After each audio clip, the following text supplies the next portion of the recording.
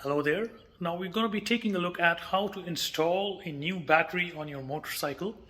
Now in my case, I have shot another video on how to prep up the battery, which is a new battery, before you install it, because it needs to be charged and stuff like that. So you can feel free to watch that video. I'll put the link in the description here.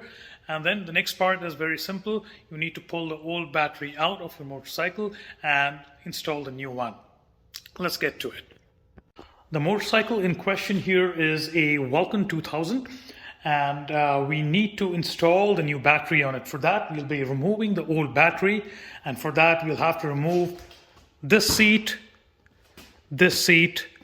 and then have access to the battery. So your motorcycle may have a similar or almost similar approach of removing the stuff. Now, because I'm shooting with one hand, what I'll do is I'll go ahead and I will remove the seats, and I'll show you where the battery is located. One word of caution there while you're removing these cables is that if you have accessories that are attached to the battery, those would need to have the same polarity. So you might want to have a tape or something to kind of group them up together so that you attach exactly where the stuff needs to go. So one tape or one bunch for the negative terminal and another one for the positive, right? So just something to keep in mind. All right, so I've pulled the old battery out. Be sure you do not damage any of those cables that may be lurking around there. So kind of snug them away to a safe place on the side, and then we're going to grab the new battery and slide it in.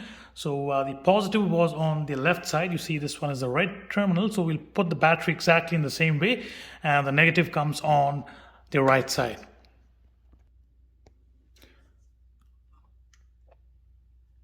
Okay, so there goes the new battery in. Slowly slide it in, and there you go.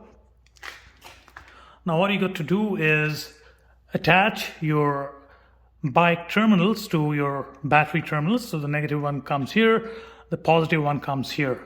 That's the end of it, guys. And if you have any more accessories to it, feel free to attach them too, right?